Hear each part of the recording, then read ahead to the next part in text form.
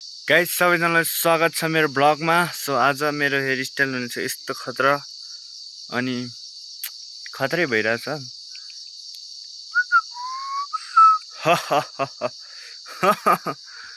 So यो पछाडिको चाहिँ मेरो बाजे घर हो। अनि अहिले चाहिँ मकै बारीहरू यत्रो भइसक्यो र पछाडि केराबारी पनि छ हैन।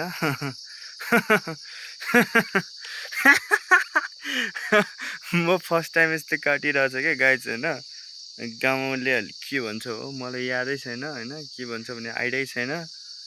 तर यस्तो भइरहेछ है गाइस। फेरि मेरो सुलुलु लु लु लु लु सुलुलु लु लु लु सुलुलु लु सुलुलु लु मजा आइरहेछ कि मजा सुलुलु मजा आइरहेछ कि अनि मलाई चाहिँ गाइस सुलुलु लु लु लु लु सुलुलु लु एकदम मजा आइरहेछ। मजा चाहिँ होस्।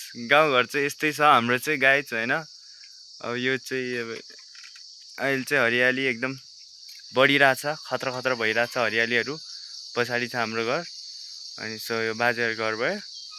अनि यतापट्टि छ भैँसीहरू, उता पछाडिपट्टि चाहिँ भैँसी छ दुईजना, मतलब दुईवटा भैँसी छ।